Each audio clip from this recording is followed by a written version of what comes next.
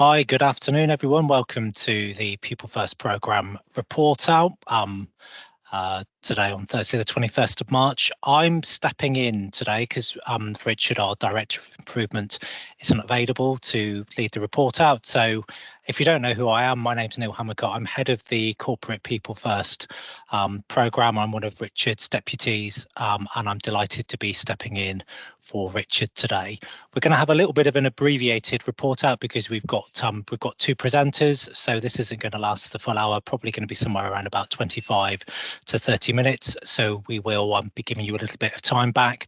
Just our usual meeting etiquette, so everyone's on mute, which is good. Please use the chat function, which I and colleagues will be keeping a little bit of an eye on if you want to make any comments or ask any questions, and I will invite you just to put your hands up once our two presenters finish presenting if there's any particular comments or questions that you've got as well. So without any further ado, let's just start working our way through the pack. Ella's ably assisting me in terms of the in terms of the slide presentation. So we start with a little bit of a reminder of our core principles around people first improvement practice. So this is really important. So we're wanting to generate and share ideas, and we're wanting to create the right conditions and go about doing improvement activity in the right way. So we've got three core ideas here. One is respect for staff, because we are working with teams and we're working in their workplaces, and it's very important that we interact with people in the right way. We have a big focus on value to the person we care for. So we're thinking about our improvements from a patient angle. How is that benefiting care and patient experience? So that's really important. And then, as crucially as the other two ideas, we're looking at teams being able to drive improvements. So the people who do the work know what the opportunities are, and it's about unlocking that potential and giving teams permission to be able to drive their own improvements, and then we can sustain them as well. So if we could just move on, please. And a reminder of our five team pillars of people first practice as well. So clear purpose, so trusts know their purpose and how that's aligning to the bigger picture and to trust strategy, doing test of change around improvement ideas, using production techniques so we know what the work is that needs to be done and the resources we've got available to do that work. Generating ideas around improvement through improvement huddles and check-ins at a team level around holding ourselves accountable to our own values through team health. Thank you. So next slide. So, as trailed, we have two presenters today.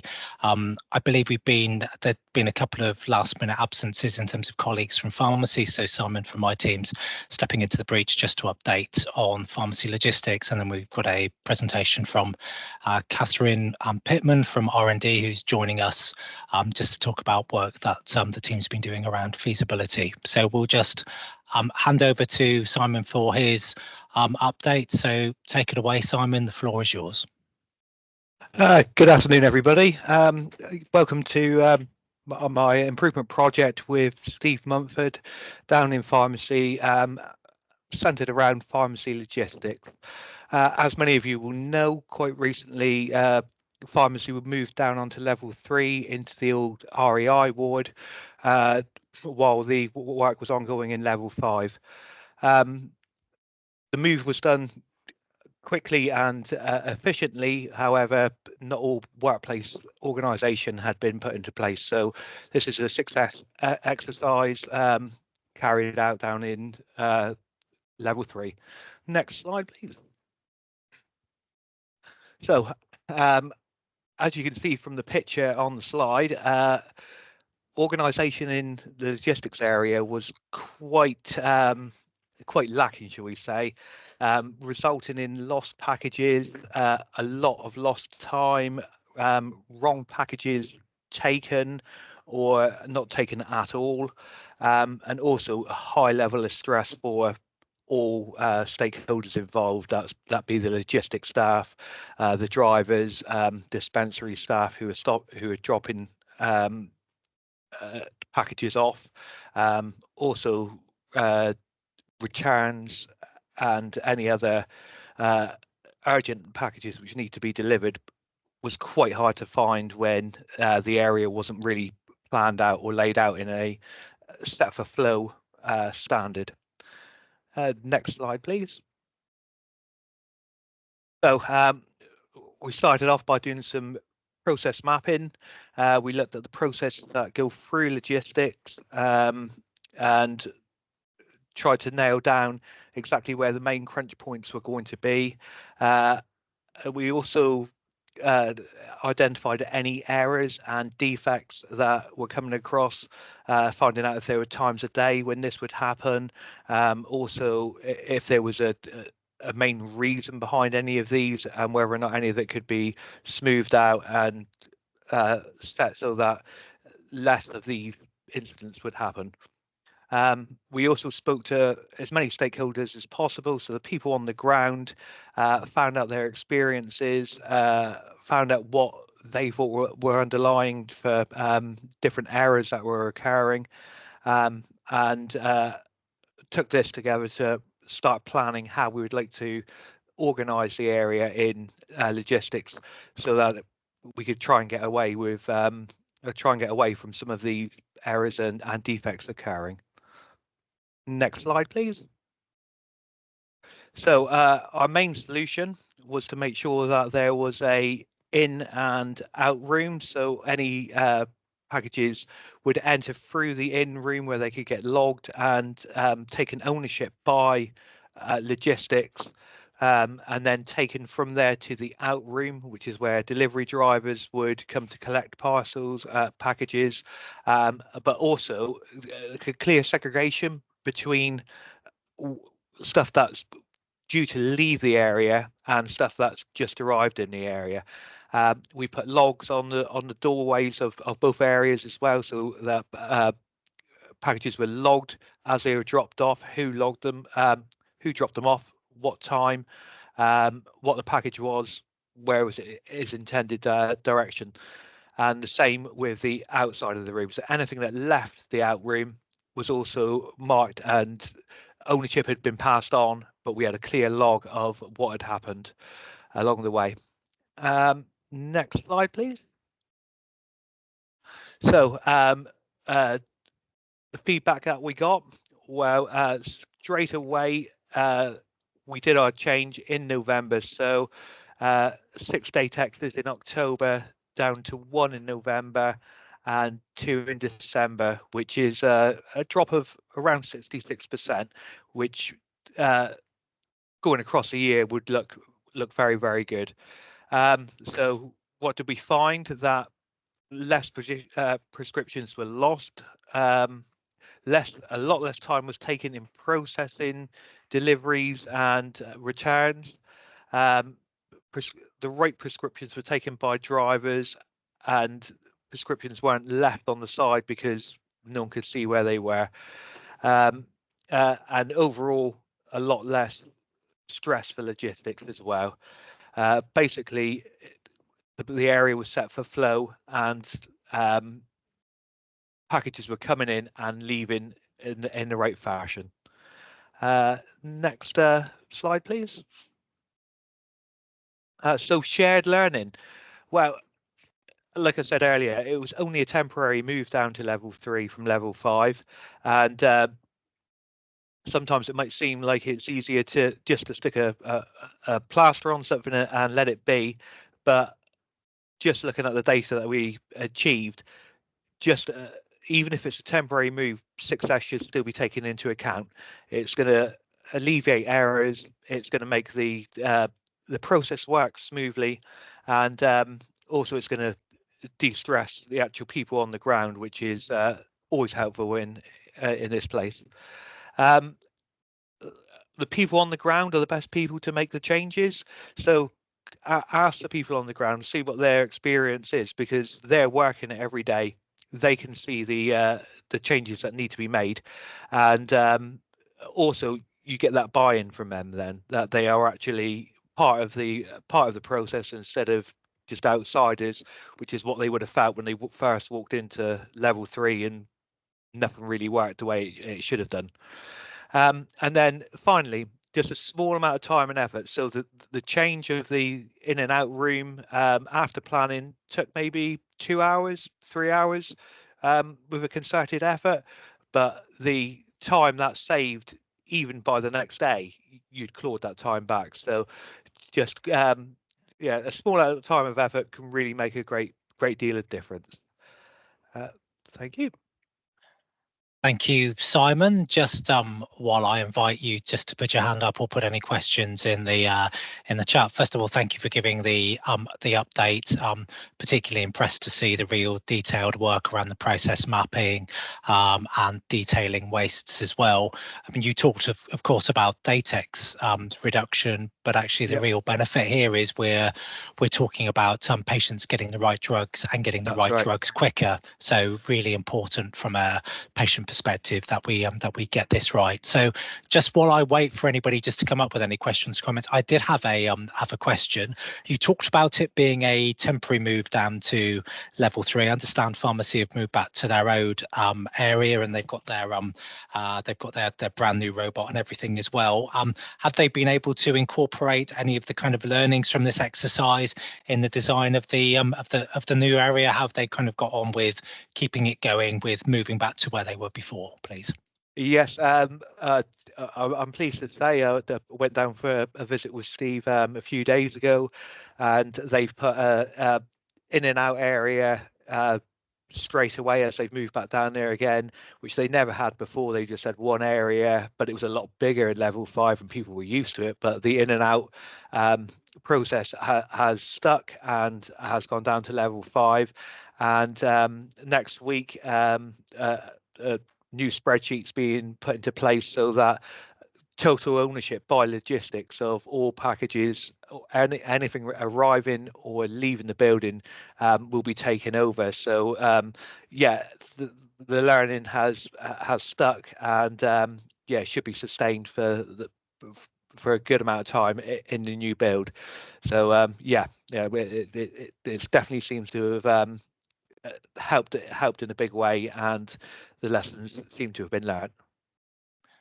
Thank you, and that's good to hear, because of course part of our challenge in terms of implementing change is to be working with teams and coaching and putting those routines in terms of the sustainability. So good to hear that it's still being adopted, and there's a couple of nice comments in the chat around the value of success or workplace organisation, the impact that a well-organised working space can have, and Vicky just talking about the well-being of pharmacy team as well, because it will be reducing their kind of stress and anxiety levels, and everyone's always delighted to have a reduction in Datexes, which can be a little bit of a bane on our lives as well. So that's all good to hear.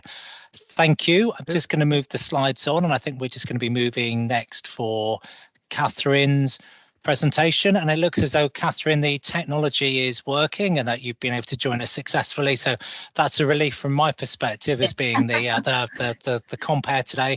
But I will hand over to you just to talk about what you've been doing around the feasibility process. But great to see you today. Thank you. Thanks for asking me. So I'm the lead research nurse, which it so beautifully says on that slide. And we've been working with Neil and his team about our pipeline. So feasibility, when we're talking about it, we're really talking about the way that studies come into our department. And post-pandemic, I would say nationally, it's not been great. And it's now kind of hitting at site level. So we've been working with the team to how we could improve it. Next slide, please.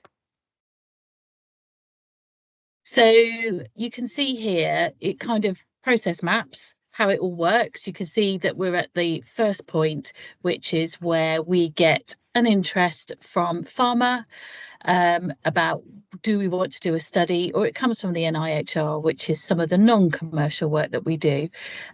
We need to be quick off the mark for this, because if we're not, it kind of indicates that either we're not interested, and we might possibly miss really good opportunities for our patients, for the department, for PIs across the trust. So it's really key we get that right.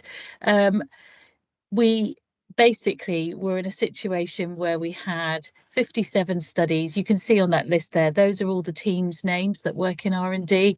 And you can see there's a number of studies and an average mean time of how long they'd sat there waiting for an answer.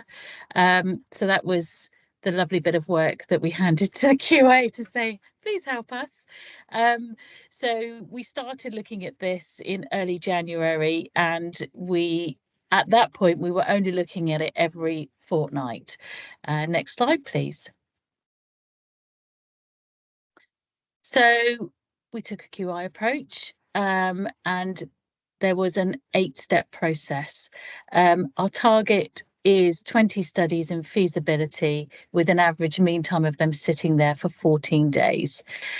There were quite a few barriers where people like myself and the R&D ops director or the medical director need to help people decide what's a priority. There was some unclear ownership, and clearly we weren't looking at things in a timely way.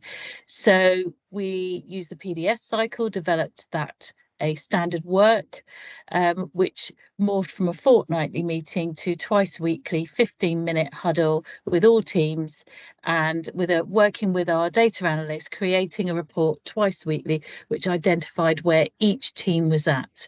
And I have attended as many as I can as well, just to help the teams make those decisions and support them with those decisions if they needed me, which very often they don't, quite frankly, but I'm there if they need me. Next slide, please. So having gone through this process, we've made some real inroads. As you can see at the sort of top of the slide, we went from 57 studies to 44, a reduction of 23%, 80 days to 40 days, which is a reduction of 50%. I'm really pleased. For me, it's actually got me a little bit more involved, which I've enjoyed, I have to say, because I think as a leader, you can sometimes lose touch of what's happening. So I've really enjoyed it, and I've enjoyed giving, staff advice on how they should manage particular studies and responses. And I feel like that's actually really improved. They know they can come to me if they've got a question. It doesn't matter if they feel it's minor. It's absolutely fine. So I think that's some of the hidden benefits of what we've done. But obviously there's been major improvements. I also shared some data back to the team, because obviously we report to the NIHR, and we've actually increased our responses, which is an interesting thing, to positive responses. So it looks like through this process we're also saying yes to more studies, which is an interesting phenomena. So I personally have really enjoyed going through this. I think it's given us the tools that we really needed and we didn't have. So for me, it's just like the beginning of the journey. Next slide, please, if there is one.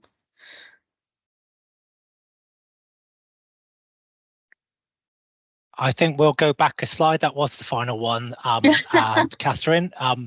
And yeah, I've spotted also on there, you've just trailed about work that's going on around expressions of interest, and that might be a potential report out topic of the future as well.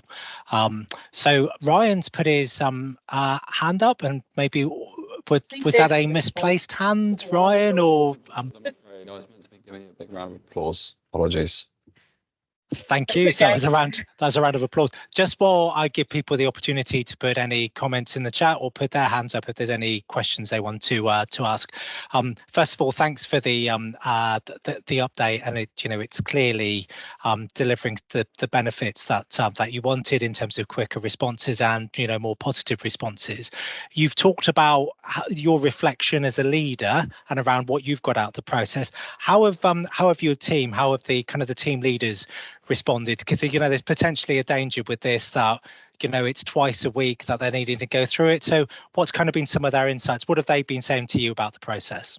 I think for them it takes some of the stress off. So in the past we were highly reliant on an email to manage this, which made it unmanageable, basically. That's just my opinion.